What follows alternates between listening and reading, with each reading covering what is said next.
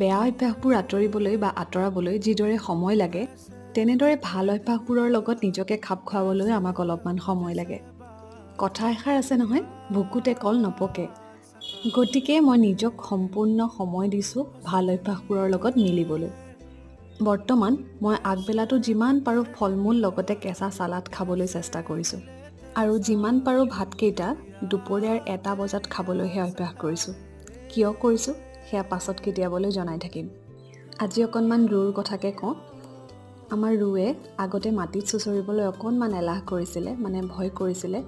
এতিয়া ধুনীয়াকৈ চুচৰিবলৈ শিকিছে আৰু লগতে তাই ফল মূলবোৰ খাবলৈ বৰ ভাল পোৱা হৈছে।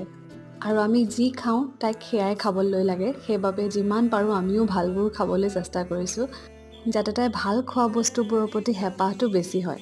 নতুন মিনি ব্লগত লগ পোৱাৰ আশাৰে আজিলৈ আহিছোঁ।